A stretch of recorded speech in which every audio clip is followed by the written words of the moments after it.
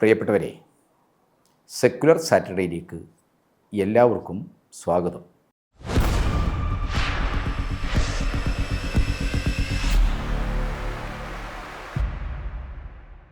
ഈ ശനിയാഴ്ച secular Saturday പരിശോധിക്കുന്നത് വി.ഡി. സതീശൻ സർക്കാരിൻ്റെ കോർപ്പറേറ്റ് ഹിന്ദുത്വ അനുകൂലമായ നിലപാടുകളെ സംബന്ധിച്ചാണ്. എല്ലാവരെയും അദ്ദേഹം വിസ്മയിപ്പിച്ചുകൊണ്ടിരിക്കുകയാണ്, അത്ഭുതപ്പെടുത്തിക്കൊണ്ടിരിക്കുകയാണ്. അദ്ദേഹത്തെ വലിയ സെക്കുലർവാദിയായിട്ടും വലിയ രീതിയിൽ ജനകീയ താൽപ്പര്യങ്ങളെ പ്രതിനിധീകരിക്കുന്ന മുഖ്യമന്ത്രിയുമൊക്കെയായിട്ട് ചിത്രീകരിച്ച എല്ലാവരെയും അദ്ദേഹം നിരാശപ്പെടുത്തിയിരിക്കുകയാണ്. തൻ്റെ ഭരണം ഒരു മാസം കടക്കുമ്പോഴേക്കും അദ്ദേഹത്തിൻ്റെ ഭരണനയങ്ങൾ ഓരോന്നായി കോർപ്പറേറ്റുകളെയും ഹിന്ദുത്വത്തെയും സഹായിക്കുന്നതാണ്. ബി.ജെ.പിക്ക് കേരള അസംബ്ലിയിൽ 3 സീറ്റുകൾ മാത്രമാണുള്ളത്. വി.ഡി. സതീശന് 102 സീറ്റുകളുണ്ട്.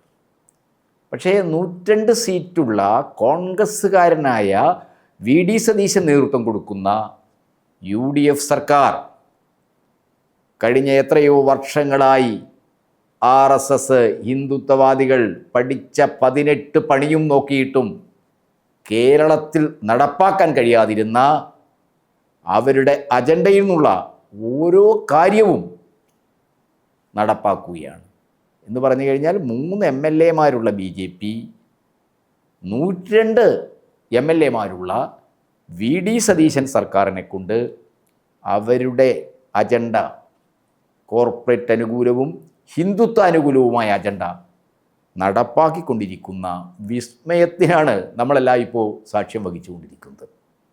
അദ്ദേഹം മാധ്യമങ്ങൾക്ക് മുമ്പിൽ മുഖം വക്രിച്ചും നാവ് നീട്ടിയുമൊക്കെ ഈ പൂക്കി വഷളത്തരങ്ങൾ കാണിക്കുന്നതിനപ്പുറത്ത് രാഷ്ട്രീയമായി ദേശീയതലത്തിൽ ഇന്ത്യൻ നാഷണൽ കോൺഗ്രസ് ഹിന്ദുത്വത്തിനും മോഡി സർക്കാരിൻ്റെ കോർപ്പറേറ്റ് അദാനി ചങ്ങാത്ത നയങ്ങൾക്കും എതിരാണെന്നാണ് പറയുന്നത്.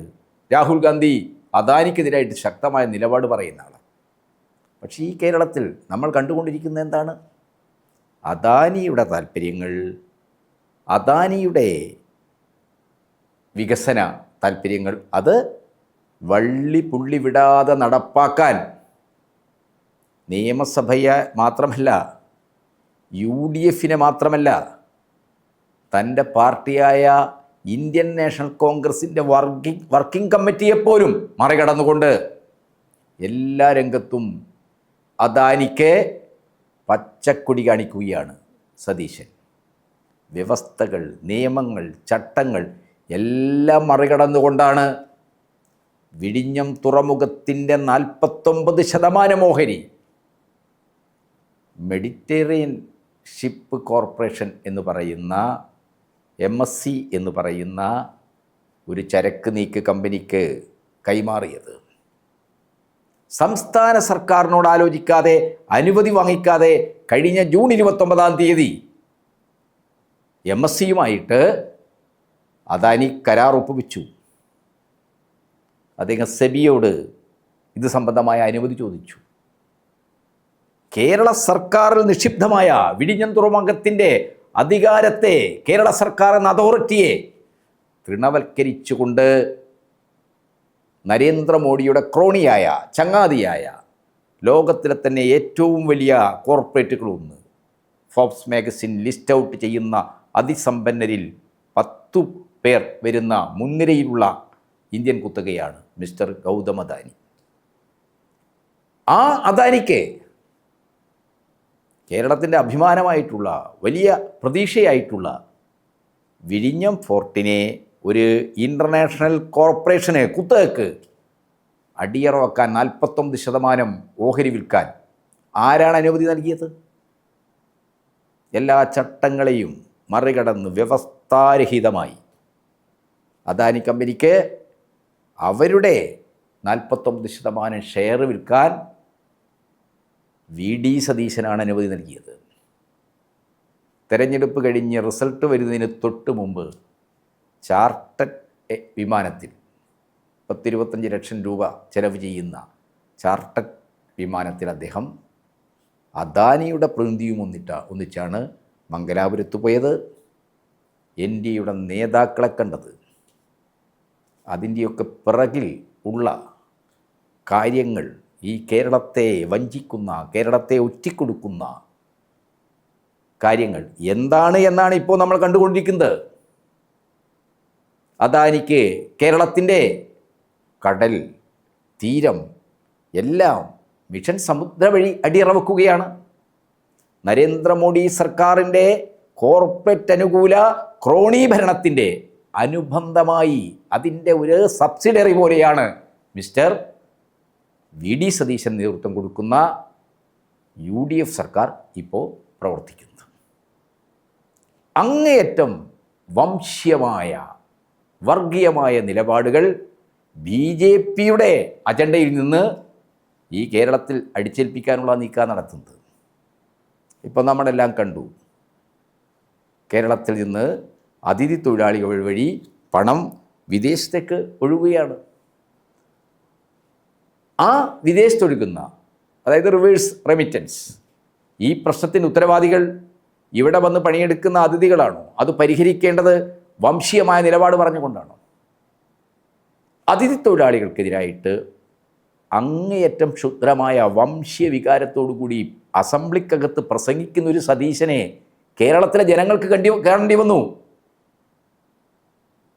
ഹിന്ദുത്വത്തിനും ഹിന്ദു വർഗീയവൽക്കരണത്തിനും ഒക്കെ എതിരായിട്ട് വലിയ പ്രചാരണം നടത്തിയ മുസ്ലിം ലീഗ്, ജമാഅത്ത് ഇസ്ലാമി തുടങ്ങിയ വർഗീയ നിലപാടുകളിൽ നിന്നുകൊണ്ട് തെരഞ്ഞെടുപ്പിലിടപെട്ട കക്ഷികൾ സതീശനിൽ തങ്ങളുടെ മിശികയെ, തങ്ങളുടെ രക്ഷകനെ കണ്ടവരാണ്. എന്നാൽ ഇപ്പോൾ അതീവ വംശീയമായ അടിസ്ഥാനത്തിൽ നിന്നുകൊണ്ട് അദ്ദേഹം അതിഥി തൊഴിലാളി പ്രശ്നം ചർച്ച ചെയ്യുമ്പോൾ ഇവരൊന്നും മിണ്ടുന്നില്ലല്ലോ. ഇതേ കാര്യം തന്നെയല്ലേ മിസ്റ്റർ ഹിമന്ത് ബിശ്വ ശർമ്മ ആസാമിൽ ചെയ്യുന്നത്? കുടിയേറ്റക്കാരായ മുസ്ലിങ്ങൾ, തദ്ദേശികളായ ആസാമീയ വംശക്കാരുടെ വിഭവങ്ങളും സമ്പത്തുമൊക്കെ കവർന്നു കൊണ്ടുപോവുകയാണ്. അതുകൊണ്ട് മിയാമി മുസ്ലിങ്ങളെ അടിച്ചോടിക്കണം, അവർക്ക് പൗരത്വം കൊടുക്കരുത്. അതിനുവേണ്ടി പൗരത്വ നിയമം, ദേശീയ പൗരത്വ രജിസ്റ്റർ, SIR ഇതെല്ലാം അടിച്ചേൽപ്പിക്കുന്നതാണ് നമ്മൾ കണ്ടുകൊണ്ടിരുന്നത്. ഇതേ സമീപനം തന്നെയാണ് സുവേന്ദ് അധികാരി ബംഗാളിൽ അധികാരത്തിലെത്തിയ ഉടനെ ചെയ്തത്. ബംഗ്ലാദേശുകാർ, പുറത്തുനിന്ന് വന്നവർ എന്ന രീതിയിൽ കുടിയേറ്റക്കാരായ മുസ്ലിങ്ങളെ, അവർ താമസിക്കുന്ന ചേരികളെ ബുൾഡോസറുകൾ നീക്കി അടിച്ചോടിക്കുന്നതാണ് നമ്മൾ കണ്ടത്. പലായനം ചെയ്തു പോകുന്ന പാവപ്പെട്ട കുടിയേറ്റ മുസ്ലിം തൊഴിലാളികളെ നമ്മൾ കണ്ടു. നമ്മുടെ രാജ്യത്തിൻ്റെ ഭരണഘടന RSS അംഗീകരിക്കുന്നില്ല. ആ ഭരണഘടന അനുസരിച്ച് ഇന്ത്യയിലെ ഒരു പൗരനായിരിക്കുന്ന ഏതൊരാൾക്കും ഇന്ത്യയിൽ എവിടെയും സഞ്ചരിക്കാനുള്ള സ്വാതന്ത്ര്യമുണ്ട്, ജീവിക്കാനുള്ള സ്വാതന്ത്ര്യമുണ്ട്, തൊഴിൽ ചെയ്യാനുള്ള സ്വാതന്ത്ര്യമുണ്ട്. ഈ ഭരണഘടനയുടെ മൗലിക കാഴ്ചപ്പാടിനെതിരായിട്ടാണ് റിവേഴ്സ് റെമിറ്റൻസിൻ്റെ കാര്യം പറഞ്ഞിട്ട് സതീശൻ അതിഥി തൊഴിലാളികൾക്കെതിരായിട്ട് അങ്ങേയറ്റം ക്ഷുദ്രമായ വംശീയമായ പ്രസംഗം നടത്തിയത്. ഇത് RSSൻ്റെ അജണ്ടയാണ്. RSSൻ്റെ അജണ്ട എന്ന് പറയുന്നത് സാർവദേശീയ തലത്തിൽ നിയോഫാസത്തിൻ്റെ അജണ്ടയാണ്. ട്രംപ് ഉൾപ്പെടെയുള്ള സാമ്രാജ്യത്വ അതിനായകന്മാരായ ഭരണാധികാരികൾ, യൂറോപ്പിലെ ഭരണാധികാരികൾ കുടിയേറ്റ വിരുദ്ധതയുടെ പേരിൽ വംശീയത പടർത്തുന്നതാണ് നമ്മൾ കാണുന്നത്. അമേരിക്കയുടെ എല്ലാ നിർഭാഗ്യങ്ങൾക്കും, വെള്ളക്കാരായ യുവതി യുവാക്കൾക്ക് തൊഴിൽ കിട്ടാത്തതിനും ഒക്കെ ഉത്തരവാദി കുടിയേറ്റക്കാർ, മെക്സിക്കോയിൽ നിന്ന് വരുന്നവരാണ്, മുസ്ലിങ്ങളാണ് എന്ന് പറഞ്ഞുകൊണ്ട് ആംഗ്ലോ സാക്സൺ വർണ്ണവെറി കത്തിച്ചു വിടുകയാണ് മിസ്റ്റർ ട്രംപ് ചെയ്തുകൊണ്ടിരിക്കുന്നത്. ഇതിന് സമാനമായ കാര്യങ്ങളാണ് ഇവിടെ ഹിന്ദുത്വവാദികൾ RS ചെയ്തുകൊണ്ടിരിക്കുന്നത്. അതിൻ്റെ ചുവട് പിടിച്ചുകൊണ്ടാണ് റിവേഴ്സ് റെമിറ്റൻസിൻ്റെ പേരിൽ അതിഥി തൊഴിലാളികൾ ഇവിടുന്ന് കേരളത്തിൽ നിന്ന് ഇഷ്ടം പോലെ പണം ഒഴുക്കിക്കൊണ്ടുപോവുകയാണെന്ന് പറഞ്ഞുകൊണ്ട് അത്യന്തം ആക്ഷേപകരമായ വംശീയ സ്പിരിറ്റോടു കൂടി സതീശൻ സംസാരിച്ചത്.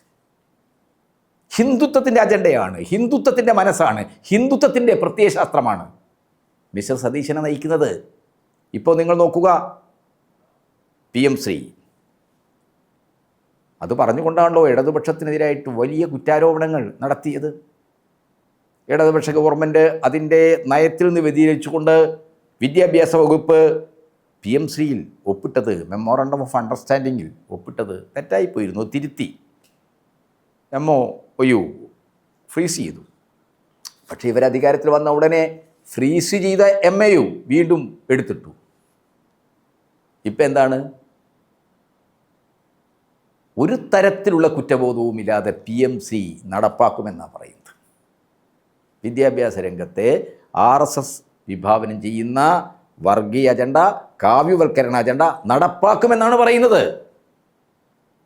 മുസ്ലിം ലീഗുകാർ അതിനെ ന്യായീകരിക്കാൻ നോക്കുക. ജമാഅത്ത് ഇസ്ലാമിക്കാർ നിശബ്ദരാണ്. കാവ്യവൽക്കരണത്തെയും PM ശ്രീ വഴി കടന്നു വരുന്ന ഹിന്ദുത്വത്തിൻ്റെ രാഷ്ട്രീയ അജണ്ടയെയും കുറിച്ച് വളരെയേറെ ആകുലപ്പെട്ട, PM ശ്രീയുടെ പേരിൽ ഇടതുപക്ഷത്തെ വലിയ രീതിയിൽ വിമർശിച്ച നമ്മുടെ എഴുത്തുകാർ, സാഹിത്യകാരന്മാർ, ഇടതുപക്ഷത്തിൽ ഇടതുപക്ഷമില്ല എന്നറിഞ്ഞ് VD സതീശനിൽ ഇടതുപക്ഷം ദർശിച്ച ആളുകൾ, അവരെല്ലാം ഇപ്പോൾ മൗനം പാലിക്കുകയാണ്. ആ മൗനം കുറ്റകരമാണ്, അപരാധപൂർണമാണ്. VD സതീശൻ RSSൻ്റെ അജണ്ട RSSന് ഭരിക്കാൻ കഴിയാത്ത കേരളത്തിൽ നടപ്പാക്കുകയാണ് എന്ന യാഥാർത്ഥ്യം നമ്മളെല്ലാം തിരിച്ചറിയണം. അതിനെ അതിശക്തമായി തന്നെ പ്രതിരോധിക്കണം.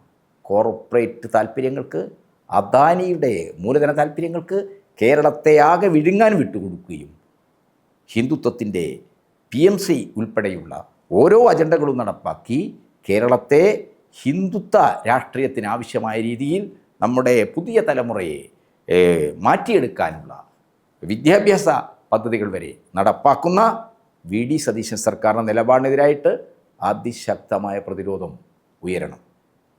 നമ്മുടെ മതനിരപേക്ഷ സാമൂഹ്യ ഘടന, നമ്മുടെ നിയോ ലിബറൽ നയങ്ങളെ പ്രതിരോധിച്ചുകൊണ്ട് നമ്മൾ പടുത്തുയർത്തിയ കേരള മോഡൽ എന്ന് പറയുന്നത് ക്ഷേമോന്മുഖവും വികസനോന്മുഖവുമായ ഒന്നാണ്.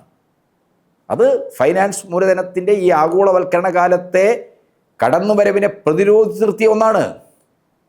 ഇന്ന് കടൽ സമ്പത്ത്, കരിമണൽ പോലുള്ള റെയർ എർത്ത്, ഈ മേഖലകളിലെല്ലാം സ്വകാര്യ മൂലധനത്തെ, കോർപ്പറേറ്റ് മൂലധനത്തെ കൊണ്ടുവരാനുള്ള നയസമീപനമാണ് ബജറ്റിലൂടെ മുന്നോട്ട് വെക്കപ്പെട്ടത്, നയപ്രഖ്യാപന പ്രസംഗത്തിലൂടെ ഇവിടെ അവതരിപ്പിച്ചിട്ടുള്ളത്. ഇതിനെതിരായിട്ട് അതിശക്തമായ കോർപ്പറേറ്റുകൾക്കും ഹിന്ദുത്വ അജണ്ടക്കും വേണ്ടി VD സതീശൻ സർക്കാർ നടത്തിക്കൊണ്ടിരിക്കുന്ന ഈ ഇടപെടലുകളെ, ഈ ഭരണപരമായ ഇടപെടലുകളെ അതിശക്തമായി തന്നെ നമുക്ക് പ്രതിരോധിക്കേണ്ടതുണ്ട്.